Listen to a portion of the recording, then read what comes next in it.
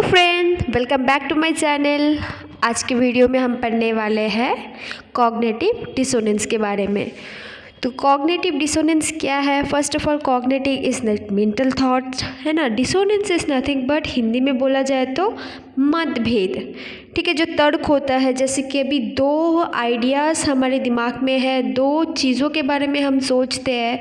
जब दो एक दूसरे से ऑपोजिट होता है, कौन सा चूज़ करें, कौन सा सही होगा, तो दैट काइंड ऑफ आइडियाज़ और थॉट को बोलते हैं डिसोनेंस, जिससे हमें बहुत वरीज होता है, बहुत टेंशन्स होती है कि नहीं। तो उसके बारे में इस वीडियो में पढ़ने वाले हैं, कॉग्निटिव डिसोनेंस। और ये किसने ये थियोरी लिखा है वो भी पढ़ेंगे। चलो शुरू करते हैं हमारे टॉपिक। ओके, टॉपिक शुरू करने से पहले अगर आप इस चैनल में नए हो तो please don't forget to subscribe, because ऐसे वीडियोस मैं हफ्ते में 2-3 बार डालते रहती हूँ। तो to stay updated please subscribe my channel. और चलो शुरू करते हैं हमारे फर्स्ट टॉपिक। तो फर्स्ट हमारा ये क्या है? Cognitive dissonance. तो कॉग्निटिव डिसोनेंस का डेफिनेशन क्या है? It is the term used in modern psychology to describe the state of holding two or more conflicting cognitions. Conflicting मतलब जो दिक्कतें, जो ऊपर नीचे होते हैं कॉग्निशंस, ठीक है। जैसे कि अभी कॉन्फ्लिक्टिंग कॉग्निशंस मतलब जैसे कोई आइडियाज़, बिलीव्स, वैल्यूज़ और इमोशनल रिएक्शंस साइमल्टेनियसली, जब वही है, इसका मतलब क्या है? फॉर एग्ज़ाम्पल देख लेते हैं। जैसे अभी देखो, हम किसी चीज़ को सोचते हैं, जैसे अभी सोच लेते हैं करियर चूज़ करना है। तो करियर चूज़ करते, अगर 12th पास आउट होने के बाद we wanted to study on biology. हाँ, ये बेस्ड ऑन है कि 12th में तुम क्या पढ़े हो। अगर तुम मेडिकल में जाना चाहते हो तो अदर एक फील्ड है, अगर तुम इंजीनियरिंग में जाना चाहते हो तो अदर फील्ड है। तो you like mathematics as well as biology.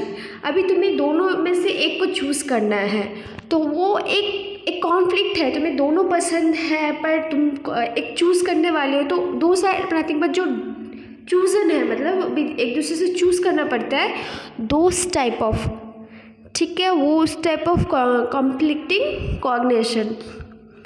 Next is, in the state of dissonance, people may sometimes feel suppressed, drift, guilt, anger or embarrassment. तो अभी सोचो, अभी अगर हमारे पास कुछ आइडिया है, हम उसको इम्प्लीमेंट नहीं कर पा रहे रियल लाइफ में, तो हमें क्या होगा? एक गंदी फीलिंग आएगी, हम अपने आप खुद को कोसेंगे, यार क्यों नहीं कर पा रहे हम, क्या है मेरे में, कमियां क्या है। तो एक एंगर होगा, गुस्सा होगा अंदर, और हमें कभी कभी एम्बैरेसमेंट भी होगा, यार क्यों बाकी सब कर रहे हैं, मैं नहीं कर पा रहा हूँ ऐसे। तो दिस इस ये है, इस कॉग्निटिव डिसोनेंस में ये इसका इफेक्ट होता है। This are some state of dissonance, ठीक है।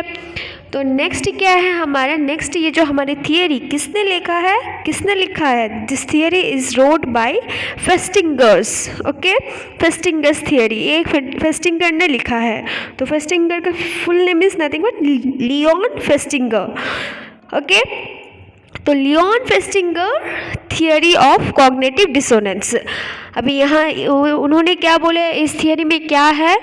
According to the theory, people have tendency to seek cognitive consistency. If there is dissonance, then either attitude or behavior is changed to eliminate dissonance.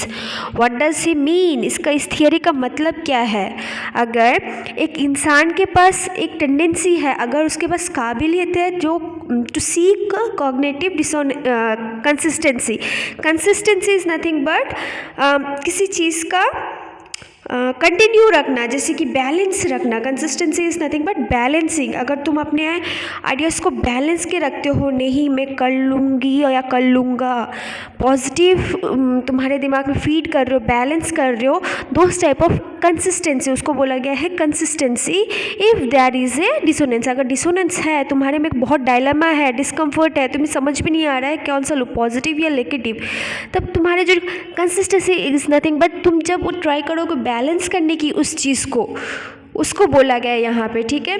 तो उससे क्या होगा, attitude, खुद का attitude change करने से हो सकता है, या फिर बिहेवियर चेंज करने से तुम्हारा वो जो है डिसोनेंस कम होगा, एलिमिनेट डिसोनेंस, ठीक है। Like we have to change our attitude and behaviour to eliminate dissonance. That is the main point. Okay, next क्या है हमारा, according to the facing dissonance reduction can be achieved in 3 ways. अभी जो dissonance है उसको achieve करने के लिए तीन तरह से हम अचीव कर सकते हैं कि डिसोनेंस को कम कर सकते हैं, ठीक है। कैसे? varying the importance of one of the discomfort factor. Okay, discomfort और discordant is nothing but discordant क्या है, जो हमारे डिसोनेंस जो हमें डिस्कम्फर्ट करता है। Example, discordant is nothing but जो डिस्टर्बिंग एक्सपीरियंस, ठीक है। डिस्टर्बिंग एक्सपीरियंस के टाइम में जो फैक्टर्स थे हमारे दिमाग में, उसको क्या करना है, उसको इम्पोर्टेंस कम देना है हमें। वो डिस्टर्बिंग एक्सपीरियंस है, जो तुम्हारे दिमाग में डिस्टर्बिंग थॉट्स है, उसको कम करना है, ठीक है। पॉजिटिविटी अंदर डालना है उस फैक्ट के लिए, ठीक है। तो जो डिस्टर्बिंग एक्सपीरियंस है उसको निकालना है, उसको कम करना है, अच्छा, उसको रिप्लेस करते रहना, ठीक है। नेक्स्ट वन क्या है, B is nothing but adding consonant elements. Consonant elements is nothing but the elements which replace the discordant factors, ठीक है। अच्छी चीज़ों को, जैसे अभी सोच लो जो तुम्हें डिस्टर्बिंग एक्सपीरियंस है, डिस्टर्बिंग थॉट्स है, उसको रिप्लेस करके कुछ अच्छा आइडिया उसके रिप्लेस करके सोचो, ठीक है। कुछ अच्छा आइडिया या फिर कुछ अच्छा थॉट सोचो ताकि तुम्हें खुद को मोटिवेट करे। Okay, are you getting my point? ठीक है, तुम्हें मोटिवेट करे, कुछ अच्छा ऐसे थॉट्स डालो दिमाग में जो उस डिस्टर्बिंग एक्सपीरियंस को रिप्लेस कर दे। Second point is that.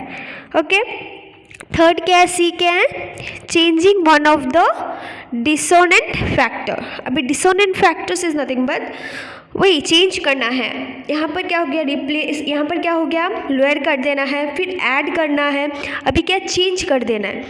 अभी change is nothing but totally वो जो डिस्कम्फर्ट फैक्टर को चेंज करके नया आइडिया डालो, ठीक है। यू हैव टू, अगर तुम्हें इम्प्रूव करना है, you have to encourage yourself first, ठीक है। वही इस थियोरी में बोला गया है। तो ये जो थियोरी है, ये थियोरी बहुत सारे रिलेशनशिप में यूज़ होता है, जैसे फ्रेंडशिप रिलेशनशिप, स्कूल्स में, ठीक है। This theory is very very important in psychology, ठीक है। ये थियोरी बहुत इंपॉर्टेंट है साइकोलॉजी में। ये बहुत इंसानों के बीच में जो डेवलपमेंट है इस थियोरी की वजह से बहुत ज़्यादा होती है। तो इसको समझना बहुत इम्पॉर्टेंट है, ठीक है। ये फ्रेंडशिप की रिलेशनशिप, फैमिली रिलेशनशिप या कुछ भी रिलेशनशिप को डेवलप करता है। ओके, जो कॉन्फ्लिक्ट्स है, जो डायलेमास है, जो हम सोचते हैं वो एक्चुअली होता नहीं है जो हम सोचते हैं, रियल में मे भी होता है। तो ये जो डायलेमा है, कॉन्फ्लिक्ट्स है, ये डिसोनेंस, कॉग्निटिव डिसोनेंस को अंडरस्टैंड करने से हम उसको रिड्यूस कर सकते हैं, ठीक है। तो I hope this is clear. और नेक्स्ट हम और भी थियरीज पढ़ेंगे नेक्स्ट वीडियो में। So please like and subscribe, और मिलते हैं नेक्स्ट वीडियो में। तब तक के लिए stay safe, stay healthy, bye bye.